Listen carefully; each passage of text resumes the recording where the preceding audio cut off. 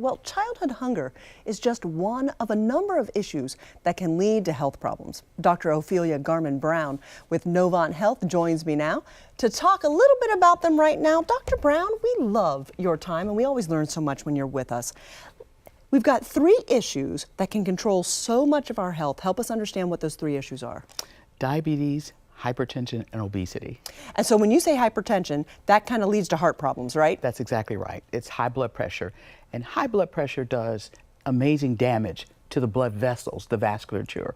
And when it does that damage to the vasculature, every organ in your body can be affected by that. And it's all impacted by obesity. Unfortunately, yes. Obesity really, when persons become overweight or obese, they increase their chances of hypertension, they increase their chances of diabetes, and therefore they increase their chances of death. And so many people, when you say obesity, and I know I found a great tool on your website at Remarkable You so that I could find out and the little reality of the difference between being a few pounds overweight or if you're officially obese. And it's all on there on our website so that people can learn. But you often think that we can't change it, where if we lose 10% of our body weight, we can make a huge difference. Absolutely, absolutely. That person that weighs 200 pounds, if they lose 20 pounds, it makes an amazing difference. And that's one of the messages that Remarkable You, which is an initiative that we started a couple of years ago, where we're going in community and we're educating and we're informing people and we're screening people using A1C, point of service testing, blood pressure screening, which as is well a as test for your BMI. blood. That's exactly right. Checks We your prick blood that finger and it tells you about what your blood sugar has been in terms of the average over a 2 to 3 month period of time. So it gives you more than just a 1 point in time glucose. It gives you much more data than that.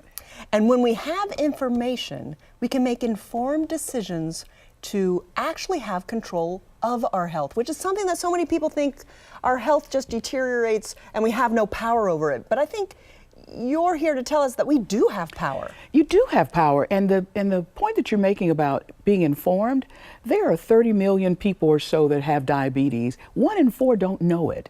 There are about 88 million people who have pre-diabetes, and 9 out of 10 of those persons don't know it.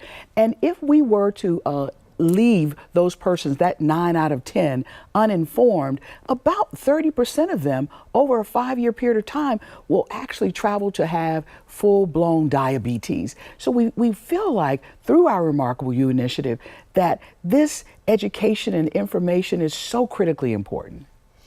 And what else would you say are sort of first steps? One, knowing the information and knowing the reality of where you hit on that scale. What's another thing that we should know? Know that those particular illnesses are quiet. You don't notice that you have hypertension. It's a silent killer. You don't really notice the effects of diabetes. But unfortunately, those two illnesses, whether you know it or not, they're causing your blood vessels to be damaged. So you find that the number 1 cause of blindness is diabetes. You find that the number 1 and number 2 causes of renal failure is diabetes and number 2, hypertension. So while you're feeling like things may be okay, the slippery slope of what happens with chronic disease is occurring. Dr. Ophelia Garmon-Brown, who leads the Community Wellness Initiative for Novant Health, thank you so much for being with us and sharing this empowering information. Thank you. Thank you for having me.